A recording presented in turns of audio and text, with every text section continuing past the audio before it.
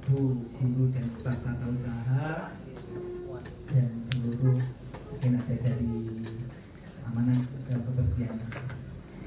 Puji syukur kehadirat Allah Subhanahu wa taala karena atas limpahan rahmatnya pada pagi hari ini kita semua dapat mengikuti kegiatan rutin rapat dinas sekaligus nanti dilanjutkan penjelasan tentang terima dan diseminasi dari teman kita CGP Angkatan 9.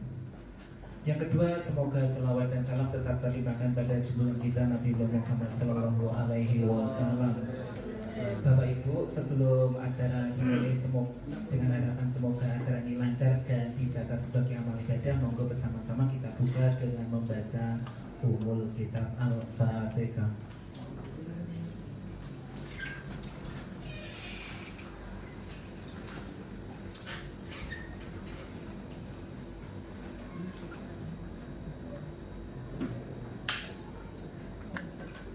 Terima kasih. Langsung saja dilanjutkan oleh kepada yang terhormat Bapak Hakim.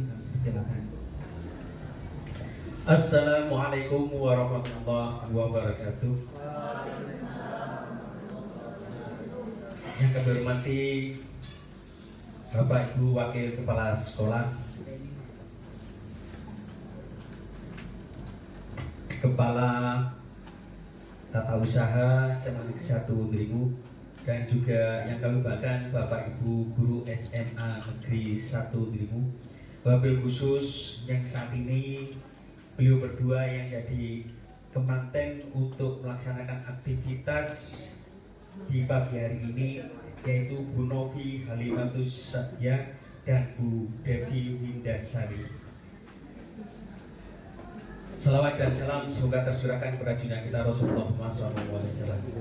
Tentunya kita berharap kehadiran kita di sini merupakan kehadiran yang diridhoi oleh Allah SWT dan dicatat sebagai amal ibadah kita semuanya. Bapak Ibu yang kami hormati, ucapan terima kasih atas kehadiran panjenengan semua memenuhi undangan kami dalam rangka pertama berkaitan dengan calon guru penggerak kita Angkatan 9. Beliau berdua akan menyampaikan kewajiban beliau dalam rangka menindaklanjuti modul aksi nyata 1.4 ya. Itu berupa budaya positif yang kita harapkan nanti setelah acara ini nanti beliau berdua akan menyampaikan kepada Ibu Novi Halimatus Satya SPD. Insya Allah akan menyampaikan tentang program-program berikutnya.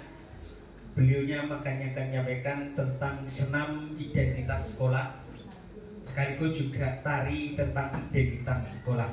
Tentang tari ini ide tambahan kami, karena di senam itu pun juga akan ada unsur tari yang jadi ikon sekolah kita SMA Negeri 1 Dringu.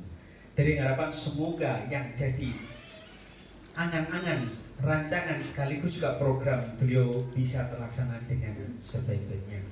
Kemudian juga Bu Devi Windasari SPDR insya Allah akan mengangkat tentang disiplin positif yang ada di SMA Negeri 1 Dringu. Kiranya kegiatan divisi positif ini sangat kita butuhkan karena harus terus terlaksana dan harus sangat tidak pernah ada ruang pun sedikit untuk anak-anak bergerak ketika keluar dari rel disiplin mereka. Kita biarkan berjalan, tetap harus kita bawa ke dalam relnya yang sesuai dengan aturan yang ada di sekolah kita ini. Kiranya semoga beliau berdua dengan dukungan teman-teman seperti CGP yang sebelum-sebelumnya dari Angkatan 4 sebanyak 10 orang yang sudah kita fasilitasi dan kita dukung bersama, dan beliaunya sudah menjadi guru penggerak, ditambah lagi Angkatan 7 sebanyak 4 orang, dan alhamdulillah beliau ketika jadi CGP sekarang sudah lulus menjadi guru penggerak walaupun belum di sudah ya? Oh sudah, alhamdulillah sudah dikukuhkan ya yang jenis saya dulu. Alhamdulillah mudah-mudahan beliau berdua pun juga akan segera bisa dikukuhkan menjadi guru penggerak melalui proses CGP kali ini. tentunya dukungan kita semuanya sangat diharapkan beliau berdua untuk bisa membantu beliaunya untuk sukses menjadi guru penggerak. Dan kami juga berharap staf mohon doanya panjenengan semuanya berkaitan dengan teman-teman kita yang angkatan ke 9 sekarang sedang berjuang untuk bisa lolos menjadi CGP sebanyak 4 orang yang mendaftar sampai saat ini. Angkatan 11. Mudah-mudahan dengan doa panjenengan semuanya dan usaha beliaunya, tentunya juga doa panjenengan yang lainnya, khususnya keluarganya, orang tuanya, suami atau istrinya, anak-anaknya, doa itu akan dikabulkan oleh Allah Subhanahu wa Ta'ala. Kami berharap kalau melihat grafisnya dari 10 turun harusnya 5 tapi jadi 4, dari 4 jadi 2. Saya tidak berharap berikutnya jadi 1, karena itu kok terjadi proses penurunan mengarah kepada deret. Iya. Deret itu deret matematika atau deret bilangan yang rasionya itu setengah. Nah, sehingga kalau tahun depan hanya 1 itu kerugian bagi kita. Minimal saya berharap 2. Kenapa 2? Karena setelah 2 harusnya kalau sesuai dengan takdirnya deret tersebut harusnya 1, tapi yang 10 harusnya 5 kok jadi 4. Nah, ini saya berharap pada Allah untuk yang 1 itu tadi akan dibawa di angkatan ke-11 ini menjadi minimal 2 orang itu terlampaui. Tentunya ini butuh perjuangan dan butuh kerja keras teman-teman yang saat ini sudah kami rekom untuk menjadi CGP dan sudah mendaftarkan. Juga untuk teman-teman yang mendaftarkan jadi PP, jadi calon pengawas, jadi calon kepala sekolah, jadi calon mertua dari yang ada calon menantu maksud saya.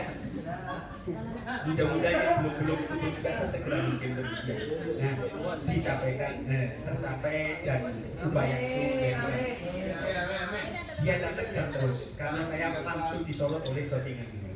Bapak Ibu yang kami hormati serta teman CGP yang akan berjuang untuk menjadi guru penggerak, berkaitan dengan nanti teman-teman akan menyampaikan tentang budaya positif yang sudah diprogram dan kami sampaikan tadi. Harapan kami nanti teman-teman membantu sekaligus ikut memikirkan, sekaligus ikut mendukung.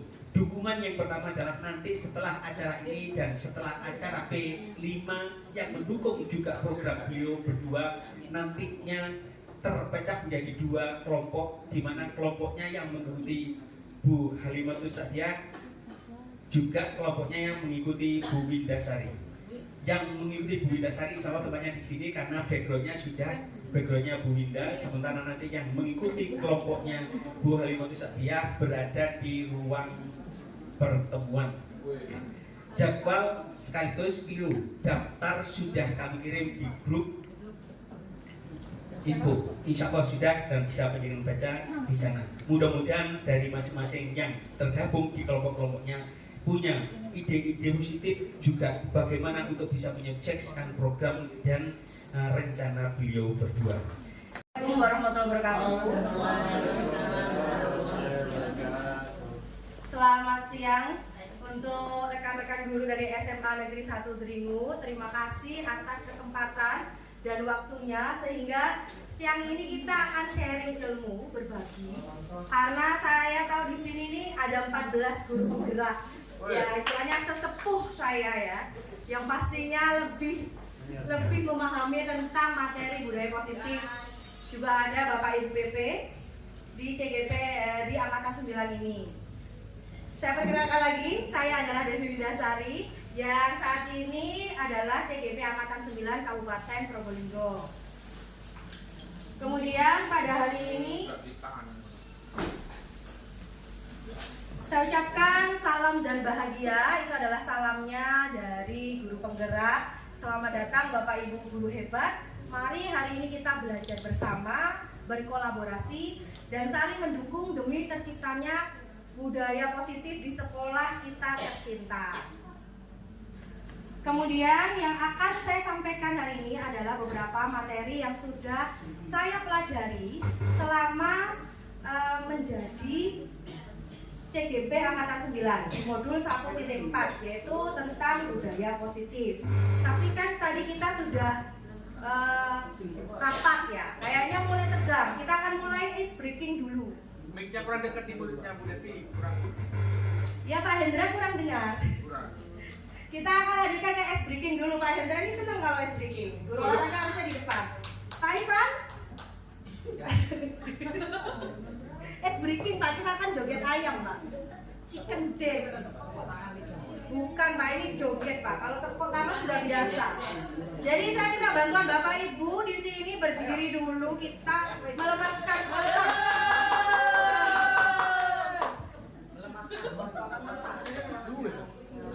Sudah, kita mulai ya. Iya, ini kita nostalgia ke lagunya Dono. Pak Ivan mungkin mau di depan. Iya dong. Iya dong. Jadi contoh Pak. Iya, Bapak diberikan kepercayaan khusus. Mau bertemu Pak Jokowi, Bapak. Kita mulai ya. 1, 2, 3. Nah, coba.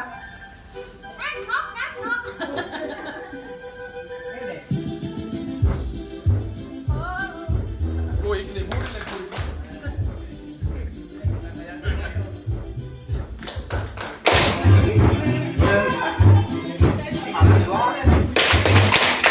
Satu jam lagi terus.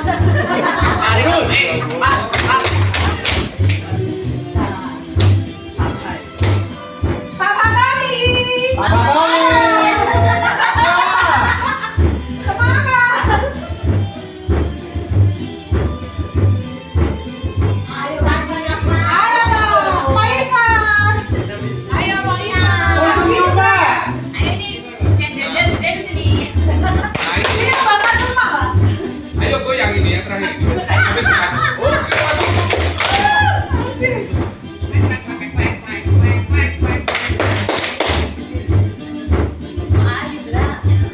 Makanya saya pilih yang lagi santai.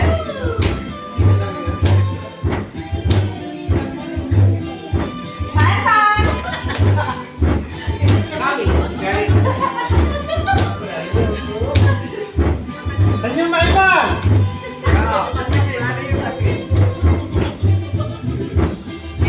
nah, goyang.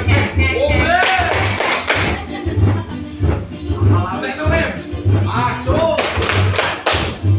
Yang 1 jam lagi terus. Jumpa.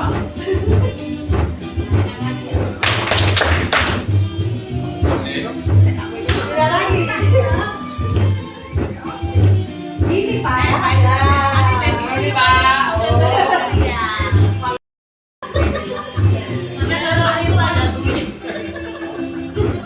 Udah pendinginan. Udah itu udah goyang. Coba. Udah Pak. Guys. Jangan ke bawah, Bu. Udah bisa Pak.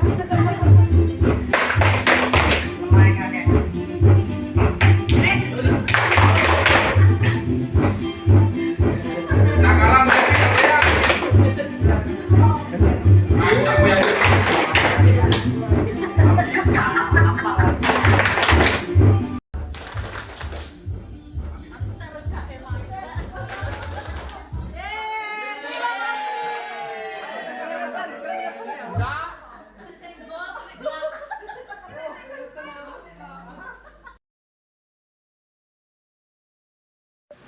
Baiklah Bapak Ibu, untuk materi yang pertama kita akan mempelajari tentang paradigma baru, disiplin positif, dan nilai-nilai kebajikan.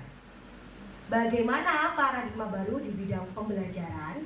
Pembelajaran dengan paradigma baru dirancang berdasarkan prinsip pembelajaran berdiferensiasi. Saya yakin Bapak Ibu di sini sudah menerapkan pembelajaran diferensiasi karena di SMA Dringu ini ada 14 guru penggerak. Jadi saya juga banyak belajar dari Bapak dan Ibu guru sekalian. Kemudian, setiap murid belajar sesuai dengan kebutuhan dari tahap perkembangannya untuk mewujudkan profil pelajar Pancasila. Ada 6 dimensi profil pelajar Pancasila yang nantinya kita akan pelajari di nilai-nilai kebajikan. Kemudian yang selanjutnya adalah makna disiplin.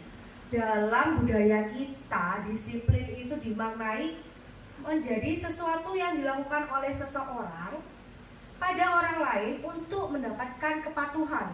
Jadi disiplin itu identik dengan patuh. Disiplin itu juga dapat menimbulkan ketidaknyamanan. Lalu kita akan mengubahnya menjadi disiplin positif. Apa yang membedakannya dengan makna disiplin yang kita pahami? Disiplin positif suatu pendekatan dalam mendisiplinkan anak-anak atau individu dengan memfokuskan pada pembentukan karakter yang positif dan berusaha memahami penyebab perilaku yang tidak diinginkan. Dalam disiplin positif terdapat kontrol diri untuk melakukan tindakan berdasarkan nilai-nilai kebajikan universal. Rasa tanggung jawab yang muncul merupakan motivasi intrinsik tanpa ada paksaan dari pihak lain. Jadi itu yang membedakan dengan makna disiplin yang kita pahami sebelumnya. Lalu apa nilai kebajikan? Nilai kebajikan adalah sifat positif manusia yang merupakan tujuan mulia yang ingin dicapai setiap individu. Nilai tersebut bersifat universal dan lintas bahasa, suku, bangsa, agama maupun latar belakang. Ada seorang tokoh bernama Diana Goswami menyebutkan bahwa dengan mengaitkan nilai-nilai kebajikan yang diyakini, seseorang akan terbentuk motivasi intrinsiknya atau motivasi dari dalamnya sehingga menggerakkan untuk mencapai tujuan mulia yang diinginkan. Berikutnya adalah tentang nilai kebajikan. Sebenarnya ada 6 nilai kebajikan dari beberapa sumber. Ini saya tampilkan 4 nilai kebajikan karena pada dasarnya adalah hampir sama. Yang kita pelajari dan menjadi visi dari sekolah kita adalah profil pelajar Pancasila, yaitu beriman, bertakwa pada Tuhan Yang Maha Esa, berakhlak mulia, mandiri, kreatif, kemudian bernalar kritis, berkebinekaan global, dan gotong royong. Sementara untuk nilai dari The Seven Essential virtues itu juga sama, ada empati, ada suara hati, kontrol diri, rasa hormat, kebaikan, toleransi, dan keadilan. Kemudian sikap murid menurut IDO Primary Years Program itu ada toleransi, rasa hormat, integritas, mandiri, menghargai, antusias, empati, keingintahuan, kreativitas, kerjasama, percaya diri, komitmen. Jadi intinya nilai-nilai kebajikan itu hampir sama. Dan yang utama diterapkan saat ini adalah nilai-nilai yang ada pada profil pelajar Pancasila. Sekarang tentang disiplin positif yang ada di SMA Negeri 1 Dringu. Sudah banyak kegiatan disiplin positif ataupun pembiasaan yang diharapkan membentuk budaya positif. Saya akan perlihatkan beberapa. Yang pertama adalah kegiatan Jumat Berseri yang kita lakukan setiap minggu ya. Jadi ada 3 kegiatan, yaitu senam pagi, istighosah, dan kegiatan adiwiyata. Untuk nilai beriman dan bertakwa kita ada kegiatan istighosah, senam pagi untuk menjaga kesehatan, kreativitas juga. Sedangkan adiwiyata adalah kegiatan peduli lingkungan. Jadi kegiatan ini sudah mencakup beberapa nilai kebajikan. Mulai dari pembacaan surat Yasin, kemudian Karapi Desa Raya, kemudian Pancasila, ada kunjungan ke perpustakaan. Kalau saya bicara tentang disiplin positif atau pembiasaan gesit smart, saya nggak cukup 1 jam ya, banyak sekali. Luar biasa, ini prakarsa perubahan dari CGP angkatan 7 ya terutama, dengan Bu Ani, kemudian dan Pak Farisa dibantu. Ini gesit smart ini adalah tim literasi kita, kegiatannya banyak, mulai mading, kemudian ada 1 hari menggunakan bahasa daerah gitu ya, kalau saya tidak salah. Kemudian ada lagi termasuk liputan-liputan, sekarang sudah mulai anak-anak membuat berita sudah bagus-bagus seperti itu. Ada lagi kita akan memasuki bulan bahasa nanti di kegiatan kelima. Kemudian pembiasaan 5S, senyum, sapa, salam, sopan, dan santun. Anak-anak yang kelas 10 kalau dilihat perbedaannya dengan 11 dan 12, itu ada yang kalau dari SMP 1 atau 2 Dringu itu mereka kalau ketemu kita pasti Assalamualaikum gitu. Mereka mengatakan tangan itu luar biasa. Pembiasaannya seperti itu dan supaya bisa dicontoh untuk kelas 11 dan 12. Jadi anak-anak itu saya pertama kaget setiap ketemu di jalan, Assalamualaikum Bu gitu. Meskipun saya tidak mengajar kelas itu. Menurut saya ini suatu pembiasaan yang luar biasa dan ini harus dicontoh untuk kakak-kakak kelasnya di kelas 11 dan 12. Selanjutnya kita bicara tentang ini adalah gerakan 5 menit yang kemarin saya tuliskan di Lokakarya. Jadi saya ini pengen disiplin positif di SMA Dringu. Saya itu yang mudah saja Bapak Ibu. Jadi saya akan melaksanakan gerakan 5 menit. Saya menyingkatnya genit. Mohon maaf kalau mungkin istilahnya agak gimana ya. Tapi anak-anak sekarang akhirnya mulai Senin kemarin saya terapkan. Bu genit, ayo genit gitu. Jadi mereka karena mungkin kata-katanya seperti itu, mereka jadi mudah. Saya jelaskan gerakan 5 menit atau genit adalah suatu bentuk kegiatan persiapan sebelum memulai pelajaran. Apa saja yang bisa dilakukan? Dilaksanakan sebelum memulai pelajaran terutama setelah istirahat. Memeriksa kerapian seragam dan atribut, kemudian memeriksa kebersihan bangku, dan memberikan ice breaking. Jadi kalau misalkan Bapak Ibu mengajarnya tidak setelah istirahat, bisa diganti dengan ice breaking. Banyak pilihan ice breaking yang bisa Bapak Ibu gunakan untuk menambah semangat anak-anak. Jadi kegiatan genit ini sudah selama 1 minggu saya lakukan di beberapa kelas. Berikut ini contohnya beberapa yang sudah saya laksanakan. Yang pertama itu ada di kelas B2, kemudian ada di kelas 12 IPS 1, ada di kelas 11 A2 dan di 12 IPS 2. Jadi anak-anak diperiksa dulu seragamnya. Kadang setelah istirahat itu seragamnya copot-copot. Jadi kancingnya terbuka, dasinya copot, kemudian juga ketika hari Senin jasnya tidak dipakai. Bisa dilihat di 12 IPS 1 itu anak-anak kurang rapi. Setelah dilaksanakan gerakan 5 menit, maka anak-anak memperbaiki seragamnya dan siap menerima pelajaran. Contoh lainnya itu adalah gelas-gelas dari kantin ya Bapak Ibu. Gelas-gelas itu oleh anak-anak tidak dikembalikan, tapi dikumpulkan. Ini menjadi salah satu nantinya yang menjadi permasalahan kita. Bagaimana cara mengatasi hal ini? Ada juga anak-anak yang tidak memakai sepatu, meminjam sandal milik musola tetapi tidak dikembalikan. Ya, ini beberapa contoh kegiatan genit yang sudah saya lakukan. Anak-anak yang tidak memakai sepatu, saya suruh membalikan sandalnya. Dan sebelum masuk harus sudah terpasang sepatunya. Saya berharap Bapak Ibu yang lain juga bisa menerapkan atau ada program lain yang istilahnya menyiapkan anak-anak sebelum memulai pelajaran. Dan di SMA Dringu ini apa saja yang perlu kita tambahkan? Seperti itu, baik itu mungkin dari segi mandiri, kreatif, gotong royong maupun yang lainnya. Bapak Ibu di sini pasti punya ide-ide kan?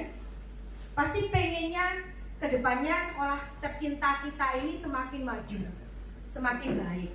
Nanti saya akan memberikan post-it, kemudian Bapak Ibu menuliskan kira-kira pembiasaan atau disiplin apa yang baiknya ditambahkan di SMA Negeri 1 Dringu itu. Jadi satu saja Pak Ivan, yang utama. Jadi supaya banyak ide-ide. Ini CGV. Apa keseluruhan siswa Bu?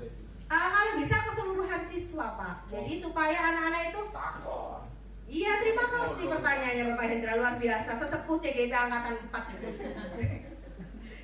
Jadi Bapak Ibu cukup menuliskan satu yang utama. Mungkin anak-anak itu kurang dari keimanan ketakwaannya, atau program dari Angkatan 4, Angkatan 7 kemarin sudah diprogram tapi tidak berjalan.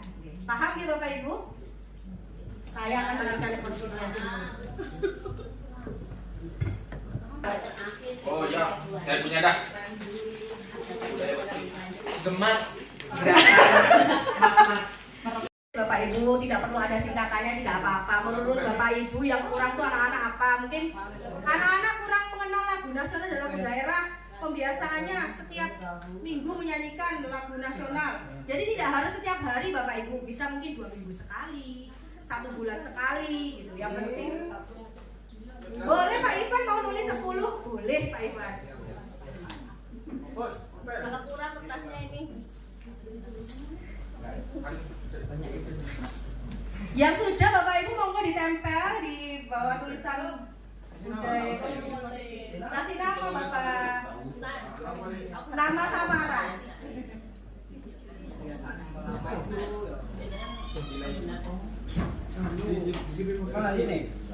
Ye, monggo silakan ditempel. Terima kasih Pak Fatoni. Berdasarkan nilai-nilai kebajikan Bapak Ibu mandiri, gotong royong, mungkin anak-anak anak-anak ini kurang berkumpul bersama-sama. Apa mungkin mau bikin arisan? Boleh. Sekiranya bisa dijalankan di SMA Negeri 1 Dringu, membuat pembiasaan-pembiasaan sehingga terbentuk budaya positif. Sholat duha mungkin ya, dulu kan ada jadwalnya ya Bapak Ibu, sekarang sudah mulai tidak ada jadwalnya. Ya silakan Pak Indra ditempel. Dibaca ya? Iya. Foto.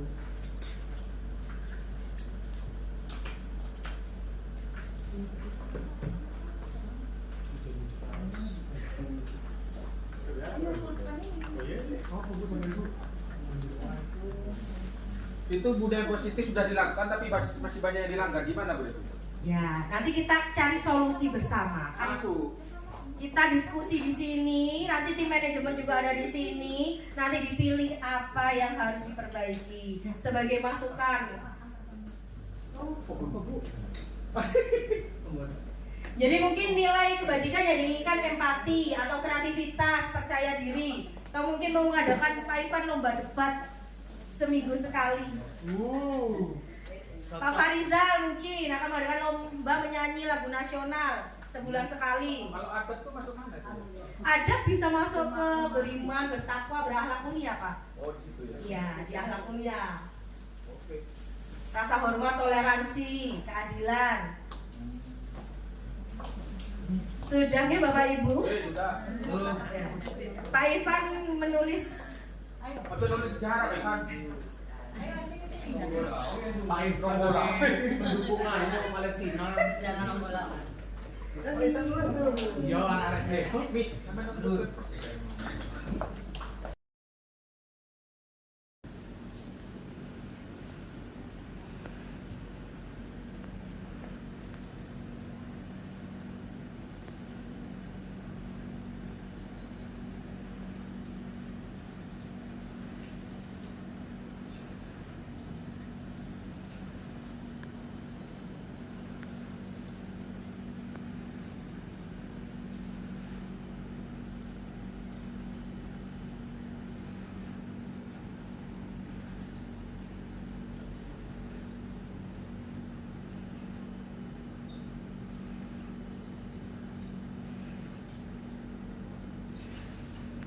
Saya bacakan ya atau ada yang mau membacakan? Saya yang membacakan ya. Yang pertama dari paling atas Bapak Farizal. Pembiasaan beridentitas dan berkarakter. Misalkan ini ya dari hal sederhana, anak-anak itu kan masuk grup kelas kita. Kadang WA-nya fotonya itu macam-macam. Nah, di sini Pak Farizal anak-anak harus seragam, foto WA-nya dan identitasnya jelas.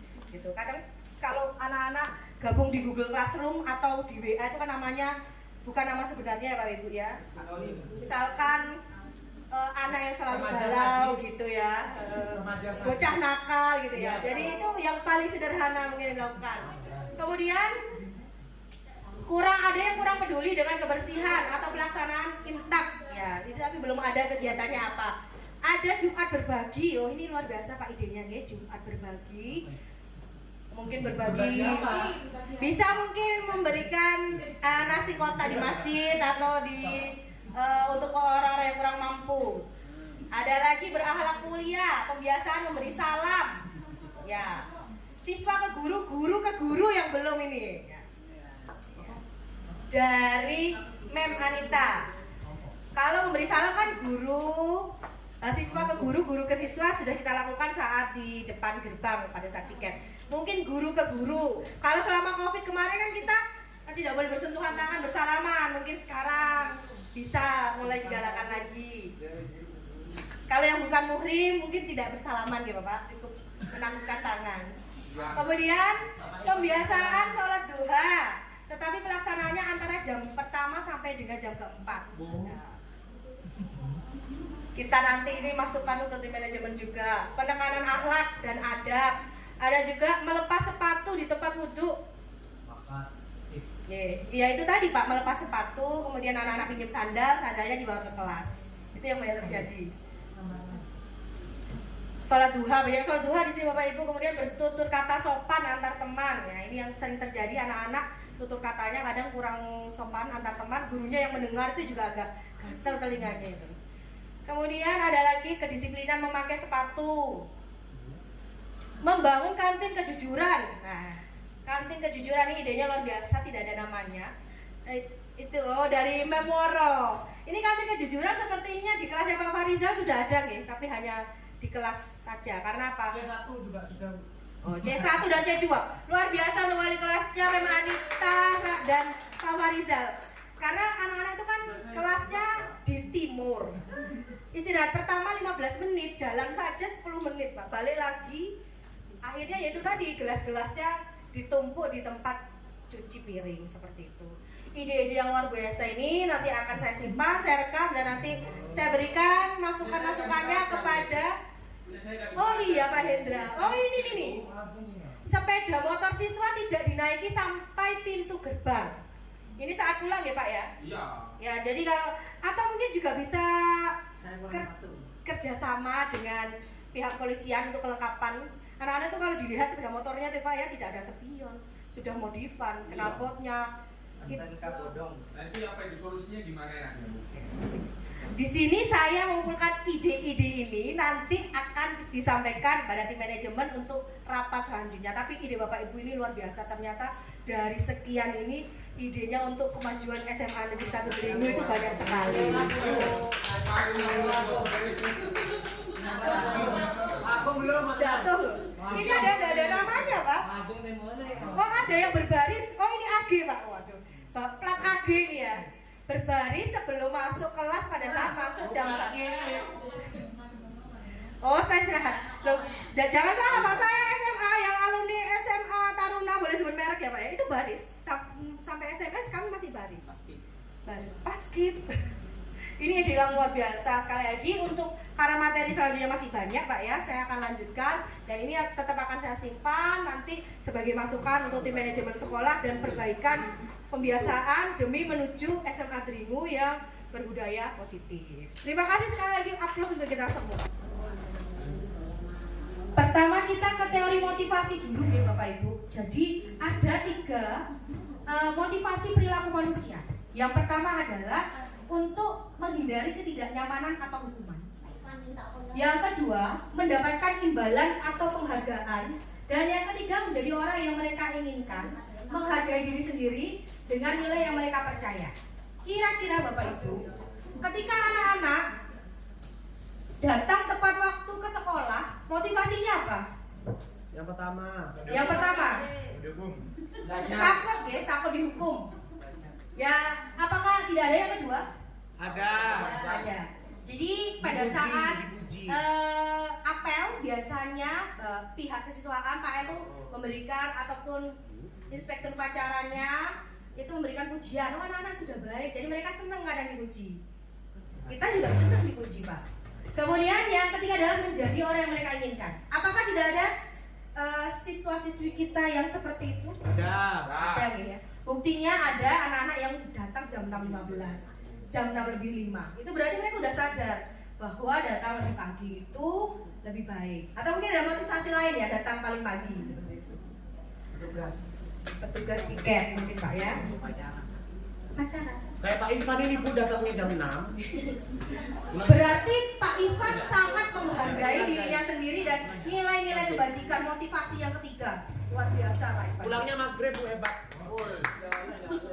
Sekarang kita ke hukuman dan konsekuensi. Apa bedanya bedanya hukuman dan konsekuensi. Ah. Hukuman itu bersifat menyakitkan, tidak nyaman, spontan. Kadang kita spontan sebagai guru menghukum anak-anak. Kemudian murid merasa takut, terpaksa, membenci peraturan dan murid menjadi rendah diri. Saya yakin Bapak dan Ibu di sini pasti mungkin kalau yang masa mudanya lurus-lurus saja mungkin tidak ada masalah. Mungkin pernah dimarahi gurunya yang sampai sekarang sampai teringat-ingat gitu. Teringat-ingat dan merasa sakit gitu. Kok gini bang iki? Dia sematolas mulu paling.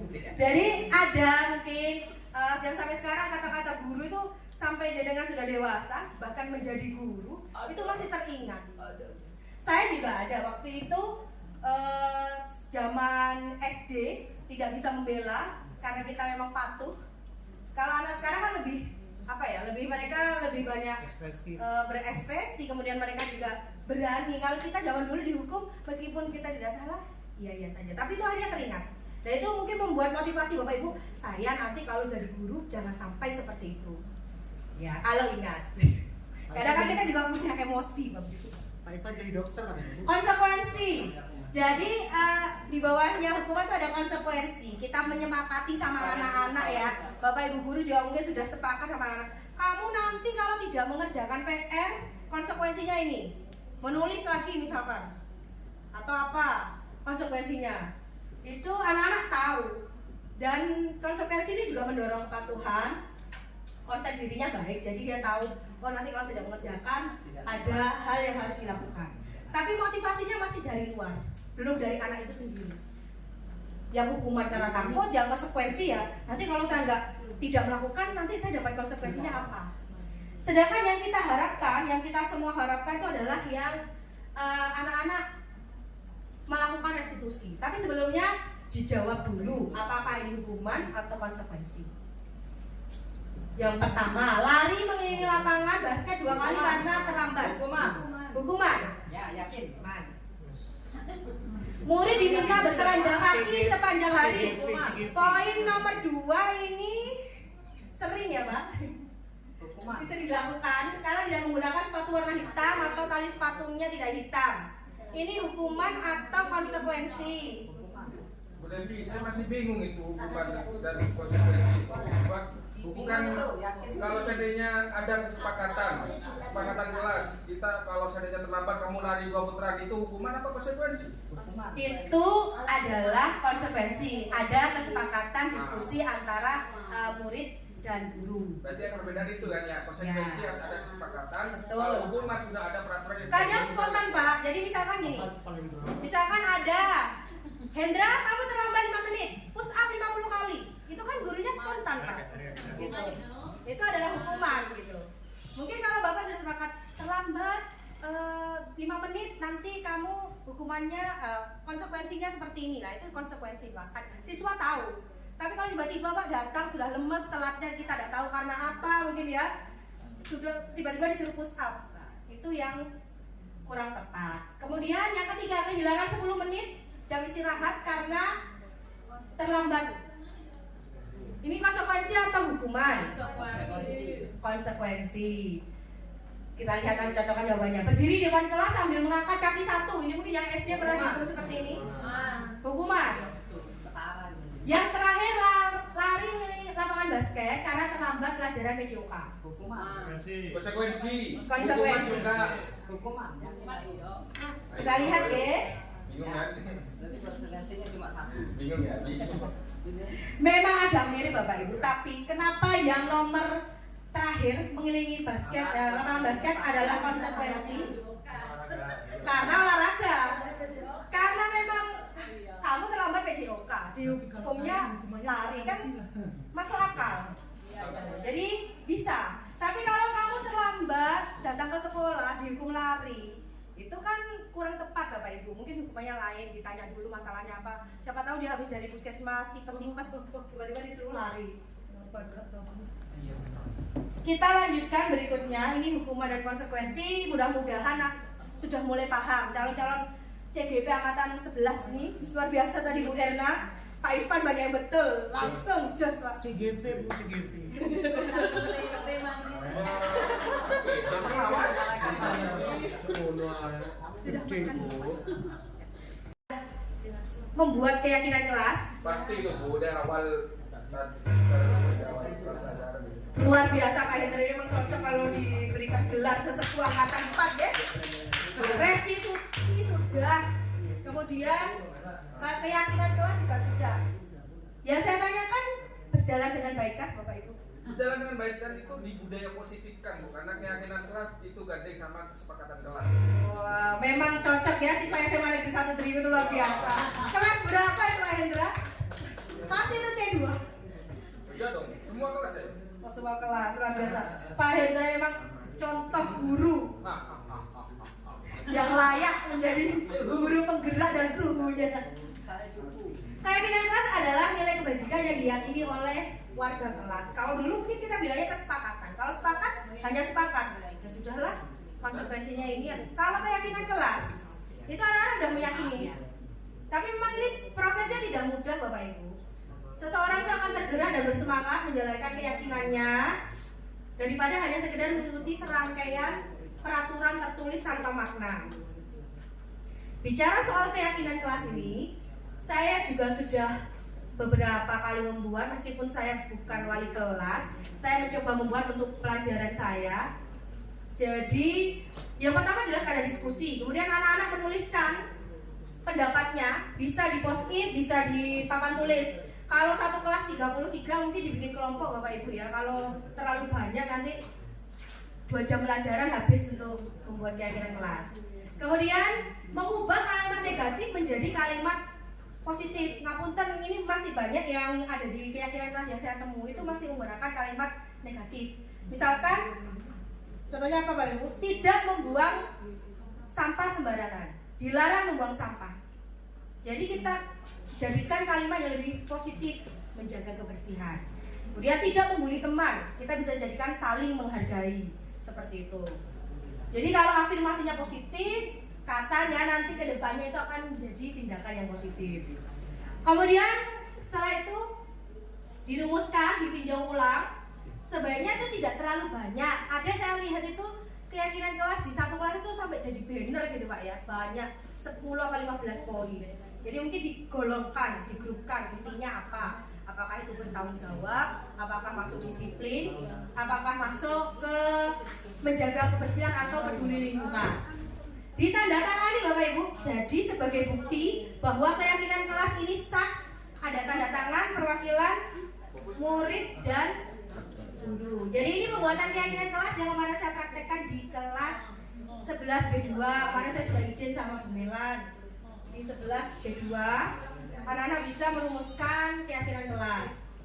Sebelumnya saya juga sudah pernah membuat, tapi menurut saya setelah mendapatkan pembelajaran dari CGP ini jadi lebih matang lagi. Jadi beberapa kalimat negatif sudah diubah menjadi positif. Kemudian kita lanjutkan ya. Saya agak melenceng sedikit Bapak Ibu, kita ke platform Merdeka Mengajar. Ini adalah keyakinan kelas yang sudah saya buat tahun lalu. Tahun lalu bersama kelas 11 IPS 2 yang sekarang di 12 IPS 2. Seperti itu. Jadi keyakinan kelas ini saya sedikit saja. Bapak Ibu kan sudah bikin keyakinan kelas. Bapak bisa unggah di platform Merdeka Mengajar di bab disiplin positif. Saya sudah dapat sertifikatnya. Jadi kalau nanti mau minta contohnya seperti apa itu bisa. Saya di sini hanya berbagi saja Bapak Ibu karena di platform Merdeka Mengajar saya lihat juga masih banyak teman-teman yang bingung. Aksi nyata saya ditolak, salahnya di mana seperti itu. Kesalahan biasanya Bapak Ibu itu tidak menyertakan dari umpan balik. Jadi kadang diminta umpan balik siswa. Aksi nyata ini bisa dilakukan bersama ya Bapak Ibu. Misalkan saya foto keyakinannya B2 itu kan dibikin sama Bu Devi. Tidak masalah Bapak Ibu. Yang bedanya adalah umpan baliknya. Anaknya kan tidak sama. Jadi misalkan saya mau aksi nyata ini, saya mau mengerjakan Bumil sama Buning, bisa. Mau tentang Merdeka Mengajar, PowerPoint-nya sama yang disampaikan, tidak masalah Bapak Ibu. Yang beda adalah umpan baliknya. Seperti itu. Dan ini PMM ini manfaatnya selain untuk rapor mutung ya Bu Maya. memutus sekolah. Kemudian Bapak Ibu kan biasanya kalau di SKP harus menyertakan sertifikat. Jadi sertifikat ini PMM ini mulai dari 30 jam sampai ada yang 40 jam lebih. Jadi tidak perlu mencari-cari webinar atau mencari workshop. Dari PMM ini sudah bisa dimasukkan sebagai bukti di SKP. Seperti itu. Ini termasuk dari salah satu apa ya? Komunitas praktisi yang akan saya bentuk. Jadi saya nanti akan, misalkan Bapak Ibu kesusahan tentang PMM, bukan berarti saya lebih daripada teman yang lainnya, tapi saya bisa memberikan mungkin saran atau apa yang kurang. Saya terbuka sekali untuk hal itu, dan saya juga berterima kasih kita sama-sama belajar di sini. Ya, nanti tinggal menghubungi saya saja.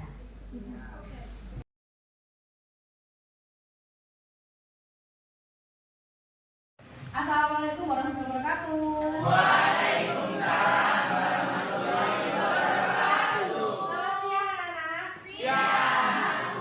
Kayaknya kurang semangat. Selamat siang anak-anak. Siang. Jadi hari ini kita akan berdiskusi tentang keyakinan kelas. Kamu tahu apa itu keyakinan kelas? Ya. Kamu punya keyakinan? Ya. Jadi contohnya begini, seperti memakai helm. Alasan kamu memakai helm kenapa? Biar selamat. Kamu yakin helm melindungi diri kamu ya? Iya. Jadi itu contoh keyakinan. Jadi bukan takut karena ditilang ya. Itu beda. Tapi kalau kamu sudah yakin bahwa helm itu akan melindungi kalian, maka kalian menggunakannya dengan senang hati. Sama seperti keyakinan kelas. Bedanya dengan peraturan apa? Keyakinan itu dari dasar diri kalian sendiri. Sadar bahwa dengan melaksanakan keyakinan tersebut, pembelajaran dapat berjalan dengan baik dan lancar. Sekarang Bu Devi juga punya program baru, namanya Genit. Kalian genit? Cowok-cowoknya masih genit. Genit itu gerakan 5 menit. Ini akan dilakukan setelah jam istirahat. Kenapa? Coba lihat, kadang ketika setelah jam istirahat kalian masih belum rapi. Sekarang berdiri semua. Coba lihat seragamnya, siapa yang sudah rapi? Dasinya ke kanan, ke kiri, jilbabnya. Ayo dirapikan dulu. Kemudian dilihat di sekelilingnya apakah ada sampah di selorokannya? Ada. Sekarang dibersihkan dulu, diambili dulu, dibuang ke tempat sampah. Jadi selama 5 menit kita mempersiapkan sebelum pelajaran bersih-bersih. Kemudian seragam juga rapi.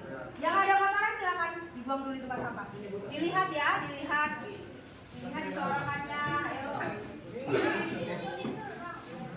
Ada, kalau ada kotoran silakan dibuang dulu, dirapikan dulu.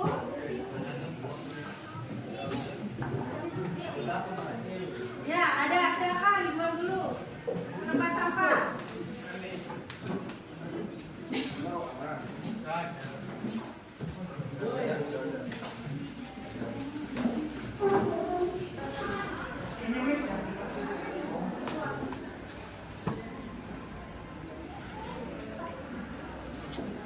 Sekarang kita ke tahapan membentukkan keyakinan kelas. Apa saja? Yang pertama, seluruh warga kelas ini harus ikut berpartisipasi dan berdiskusi. Kemudian, keyakinan kelas tidak terlalu banyak supaya nantinya mudah diingat dan dipahami. Menggunakan kalimat positif. Kemudian, keyakinan kelas sebaiknya sesuai dan diterapkan di lingkungan terutama kelas ini. Dan yang terakhir adalah ditinjau. Jadi keyakinan kelas ini akan kita tinjau 1 semester. Apakah masih relevan atau tidak. Nanti bisa kita perbaiki di semester genap. Kemudian langkah-langkahnya yang pertama kita akan diskusi ya. Ini contoh keyakinan kelas yang pernah saya buat dulu untuk kelas kalian. Satu kelompoknya itu nanti akan ada beberapa orang. Kalau satu-satu ini ada 33 orang, tidak selesai sampai nanti sore. Banyak pendapatnya. Kemudian nanti dirumuskan dan ditinjau ulang. Keyakinan kelas ini ada 3-7 keyakinan. Supaya sah nantinya akan ditandatangani oleh perwakilan siswa dan juga oleh perwakilan guru. Kemudian di sini saya keyakinan kelasnya. Kemudian dipajang dan ditempel supaya kalian ingat. Sekarang saya akan bagi kelompoknya 2-3 siswa ya. Kemudian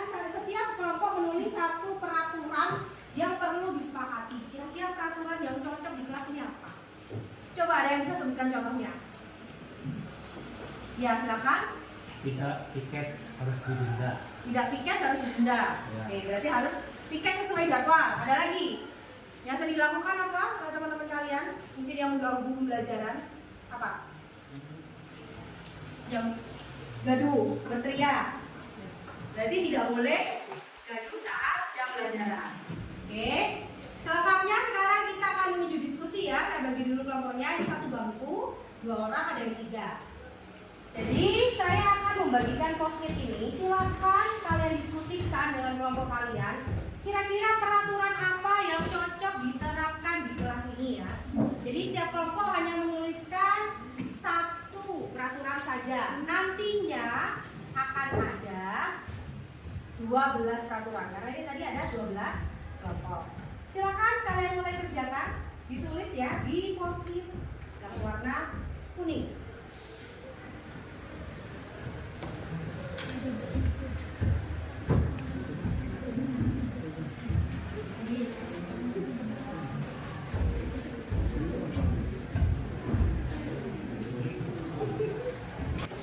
Ya, kalian sudah menulis peraturan kelasnya kan di post-it warna kuning? Iya. Silakan perwakilan kelompok menempel di bawah tulisan peraturan kelas ini. Post-itnya ditempel di depan. Ayo silakan bergantian. Ayo maju dan ditempel. Gantian ya. Oke.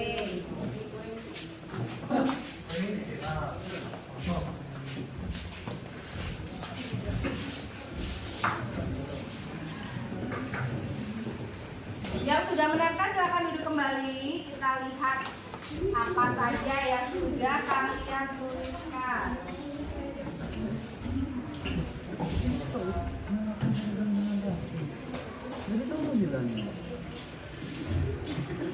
Ya, ini adalah hasil diskusi kalian. Ada 12 peraturan kelas yang menjadi ide untuk keyakinan kelas kalian nanti.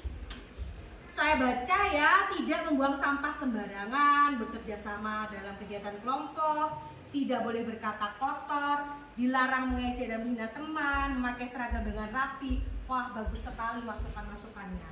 Tapi di sini ada beberapa yang kata-katanya masih negatif, kayak dilarang atau tidak boleh. Misalkan tidak boleh berkata kotor. Kita akan mengubahnya menjadi kalimat yang lebih baik atau kalimat positif. Misalkan tidak boleh berkata kotor, kita ganti dengan berbicara dengan sopan. Berbicara dan bersikap dengan sopan. Kemudian dilarang mengejek atau menghina teman, bahasanya apa yang bagus? Dilarang menghina teman, bahasa kalimat positifnya apa? Saling menghargai. Silakan kalian yang kata-katanya tadi masih berupa kalimat negatif, kita ubah menjadi kalimat positif. Bisa ya? Bisa. Silakan saya kasih waktu 5 menit untuk mengubah yang kalimat negatif menjadi yang kalimat positif. Silakan kalian tempel di sini yang diubah menjadi kalimat positif. Kalau yang tadinya sudah kalimat positif, kalian tulis ulang dan ditempel. Silakan perwakilan kelompoknya bisa maju dan menempelnya. Gantian ya. Gantian.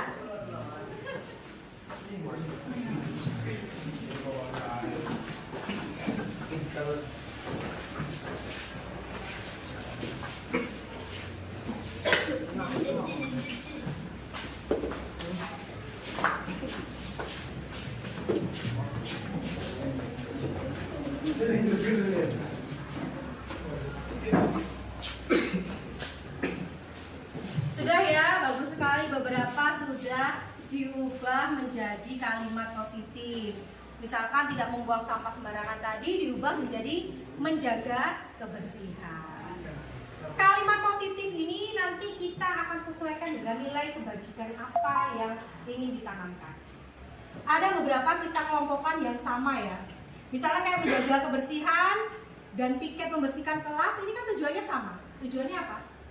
Untuk menjaga kebersihan. Bisa dimasukkan dengan peduli lingkungan juga. Kemudian yang lainnya kayak masuk kelas tepat waktu, kemudian mengumpulkan tugas tepat waktu. Ini juga bisa jadi satu ya. Berarti ini juga ada berseragam dengan rapi. Berseragam bersih dan rapi, masuk kelas tepat waktu, mengumpulkan tugas tepat waktu, dan ada juga ini menggunakan HP ya, menggunakan HP dan bertanggung jawab menjaga barang milik pribadi. Ini sebenarnya kan satu nilai kebajikan. Nilai kebajikannya apa? Tanggung jawab dan disiplin juga bisa jadi. Ya, jadi kita akan mengelompokkan. Kemudian bersikap dan berbicara sopan. Terus ada memberi salam.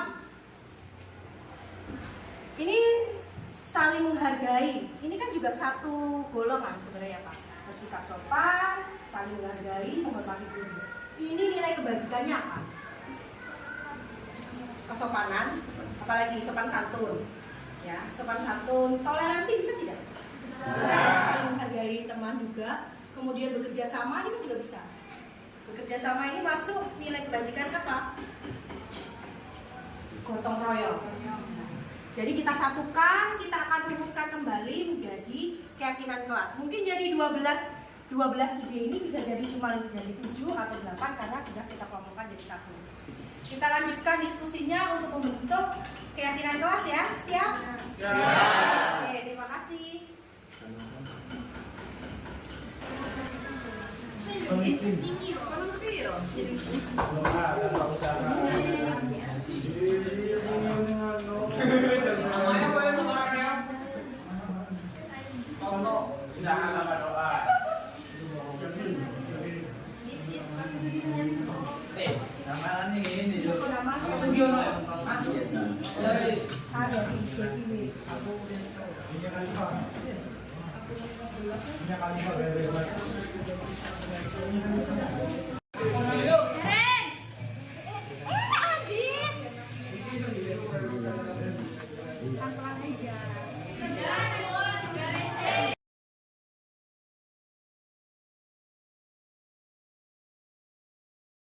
Baiklah Bapak Ibu, masih tidak bosan kan dengan materinya? Kita lanjut ke materi berikutnya, yaitu kebutuhan dasar manusia dan dunia berkualitas.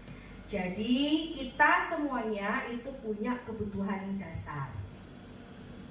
Yang pertama, semua yang kita lakukan adalah usaha terbaik untuk mendapatkan apa yang kita inginkan. Kita berusaha agar kebutuhan kita terpenuhi sehingga mencapai dunia berkualitas impian kita ya.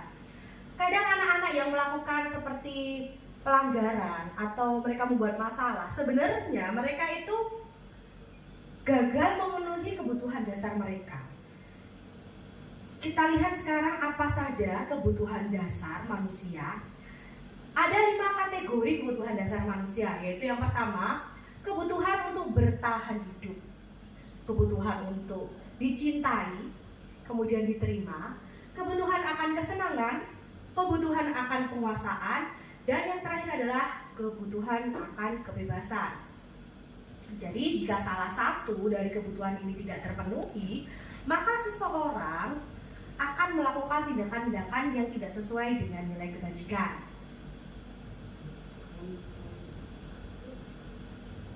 Sekarang ini materi yang paling menarik tentang posisi kontrol guru. Bapak Ibu bisa perhatikan di sini. Ada posisi penghukum, pembuat orang merasa bersalah, teman, pemantau, atau manajer. Kita sebagai seorang guru diharapkan ada pada posisi manajer, yaitu di mana guru berbuat sesuatu bersama dengan murid, mempersilahkan murid mempertanggungjawabkan perilakunya, mendukung murid agar dapat menemukan solusi atas permasalahannya sendiri. Jadi kita ajak murid yang bermasalah itu berdiskusi dan menemukan solusi atas permasalahannya. Bagaimana cara untuk berdiskusinya itu nanti akan dijelaskan pada materi selanjutnya tentang segitiga restitusi. Bapak Ibu ini ada di posisi mana? Apakah penghukum, pembuat orang merasa bersalah, teman, pemantau, dan manajer? Atau manajer? Kita lihat ya penjelasannya masing-masing. Penghukum, jadi penghukum bisa menggunakan hukuman fisik maupun verbal. Saya yakin Bapak Ibu mungkin waktu masih sekolah dulu pernah disakiti oleh kata-kata mungkin oleh gurunya yang sampai sekarang itu masih berbekas. Atau mungkin saya nanti kalau jadi guru saya tidak akan melakukan hukuman seperti itu atau kata-kata seperti itu untuk murid saya. Mungkin ada yang seperti itu. Jadi posisi penghukum ini tanpa disadari kadang membuat anak-anak itu merasa trauma. Jadi membuat anak-anak itu merasa sakit. Contohnya ya, dia akan berkata seperti ini, guru-guru yang di posisi penghukum ini. Kamu selalu saja salah. Atau selalu saja kamu yang terakhir selesai. Padahal di kurikulum saat ini kita mengenal pembelajaran berdiferensiasi. Kemampuan tiap anak itu tidak sama. Tidak semua anak itu pintar matematika, tidak semua pintar bahasa Inggris, atau mungkin ada yang bakat di seni. Jadi kita tidak dapat menyamaratakan. Mungkin saja dia yang selesai terakhir karena memang dia kemampuannya seperti itu. Dipaksa apapun dia tetap tidak bisa pelajarannya. Makanya guru bisa melakukan diferensiasi, mungkin diferensiasi proses. Yang kedua, membuat orang merasa bersalah. Membuat orang merasa bersalah ini kata-katanya halus tapi menyakitkan ya Bapak Ibu ya. Suaranya lembut tapi membuat murid menjadi tidak nyaman dan merasa bersalah. Dan dia bisa menjadi rendah diri. Contoh kata-katanya adalah, Ibu kecewa sekali dengan kamu. Atau berapa kali Bapak harus beritahu kamu ya, kamu itu membuat orang tuamu malu dan kecewa, Bapak juga kecewa. Jadi kata-kata seperti itu membuat anak itu semakin rendah diri dan merasa bersalah. Itu membuat orang merasa bersalah. Kemudian ada posisi kontrol sebagai teman. Jadi kalau sebagai teman ini berusaha mendekati murid sebagai teman, tapi akhirnya murid yang memandang kita sebagai teman kadang kurang rasa hormatnya. Contohnya adalah misalkan murid berbuat salah, ayolah kamu tuh kok telat terus, kamu gak kasihan sama bapak, tapi sambil tersenyum-senyum. Beda dengan pembuat rasa bersalah tadi. Atau kalau kali ini kamu tidak memakai sepatu hitam, ya sudahlah besok jangan diulangi lagi ya. Jadi kadang posisi teman itu membuat murid akan, oh tidak apa-apa dengan bapak ini, tidak apa-apa dengan ibu itu. Akhirnya malah mereka merasa menganggap kita sebagai teman. Kemudian posisi yang berikutnya ada pemantau. Ini ada mungkin ya Bapak Ibu yang di sini pemantau. Jadi mencatat dengan detail ya. Hari ini kamu udah mengumpulkan PR. 2 minggu yang lalu kamu juga udah mengumpulkan PR. 3 minggu lalu kamu tidak mengerjakan tugas ini. Ada yang seperti itu. Jadi sudah ada konsekuensi. Anak-anak diingatkan. Tapi yang diingatkan bukan malah mengerjakan, tapi malah beban. Nah itulah posisi pemantau. Jadi dia bisa mengajukan pertanyaan, misalkan kamu tahu sanksinya apa kalau kamu tidak memakai sepatu berwarna hitam di hari Senin. Jadi dia pemantau akan hafal ya Bu, hafal dengan aturan-aturan, tata tertib dan keyakinan. Kemudian posisi yang terakhir ini yang paling diharapkan adalah posisi manajer. Jadi guru berbuat sesuatu dengan murid bertanggung jawab, dia menyadari kesalahannya dan dia menemukan solusi. Oh nanti kedepannya saya mau begini Bu, kesalahan saya yang kemarin tidak sesuai dengan keyakinan kelas yang sudah disepakati, saya harus begini. Jadi kita menggali sampai murid itu menemukan solusi permasalahannya, tidak membuat murid merasa rendah diri dan menjadi pribadi yang istilahnya bersalah dan akhirnya menyerah. Gitu. Kita memberikan solusi bersama dan membuat murid bisa kembali lagi bersama teman-temannya. Manajer itu memiliki keterampilan teman dan pemantau, jadi sudah kompleks sekali. Semoga Bapak Ibu di sini semuanya akan menjadi posisi kontrol manajer. Amin ya. Kita lanjutkan ke materi berikutnya, yaitu tentang segitiga restitusi. Tadi ada yang bertanya-tanya, apa itu segitiga restitusi? Jadi segitiga restitusi itu menurut Dian Gosel lagi dirancang untuk mempermudah para guru dan orang tua dalam melakukan proses menyiapkan anaknya untuk melakukan restitusi. Jadi caranya restitusi diterapkan dengan segitiga restitusi. Segitiga restitusi menciptakan kondisi murid untuk memperbaiki kesalahan mereka sehingga mereka dapat kembali ke kelompoknya dengan karakter yang lebih kuat. Baiklah, kita akan lanjut ke bentuk dan contoh segitiga restitusi. Kata-katanya bisa setiap orang pasti pernah salah gitu. Kamu bukan satu-satunya yang pernah melakukan ini. Di sini kita mencari solusi permasalahan. Kita cari solusi. Itu guru adalah malaikat dan manajer, Pak. Malaikat pencabut nyawa. Saya yakin semua guru di SMA Dringut seperti itu. Pasti, Pak. Yang kedua adalah validasi tindakan yang salah. Jadi kita tanya sebelum kita ngomong, oh kamu tuh salahnya begini, kita tanya. Kamu tahu tindakan kamu Aduh, itu suruh salah? Ibu. Bisa Kak Hendra? Tadi kan sudah bikin keyakinan kelas dari awal 1 tahun. Bagus lah lama. Gemes. Kamu punya alasan melakukan ini gitu. Jadi anak-anak tahu validasi tindakan yang salah. Dan yang terakhir itu tadi menanyakan keyakinan itu, makanya kenapa kita perlu membuat keyakinan yang ditempel dan ditandatangani. Jadi anak-anak mengingat-ingat lagi, oh iya saya salahnya di sini. Misalkan dana bertengkar, harusnya kan saling menghargai. Saya sudah solusinya lalu bagaimana? Nanti contohnya bisa dilihat di YouTube saya, Pak. Wah, ada contohnya Bu ya? Ada, Pak, harus. Bagus. Itu tadi contoh-contoh budaya positif dan materi budaya positif yang bisa saya sampaikan. Apa ada pertanyaan terlebih dahulu? Wah, Ini Pak Ivan, calon guru penggerak. angkatan 11. Sebenarnya nggak ada pertanyaan.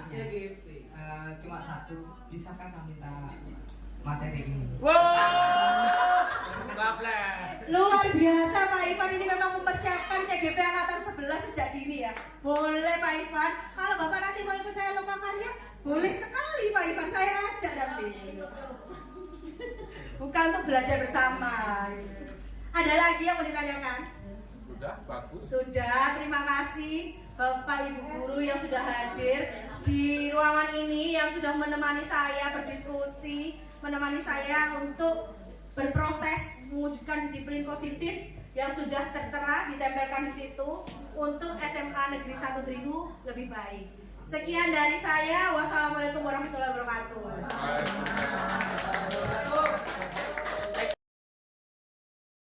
Terima kasih. Ini ada Pak Hendra yang akan melakukan refleksi terhadap penyampaian materi budaya positif yang telah saya laksanakan.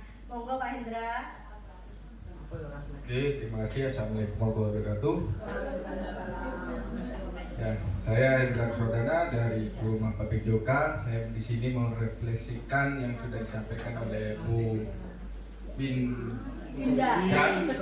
Ya, jadi di sini saya dapat mengetahui tentang keyakinan kelas dan disiplin positif, di mana kita semua punya ide-ide yang dapat mengembangkan sekolah SMA Negeri 1 Dringu, dan bahwasanya kita juga bisa melakukan keyakinan kelas pada saat mulai pembelajaran, dan terdapat hukuman dan konsekuensi dan menggunakan segitiga restitusi. Kadang kita secara teori mudah untuk dilakukan untuk melakukan segitiga restitusi, tapi untuk kenyataannya realnya kita tetap harus belajar, harus bisa, kan gitu Bu ya.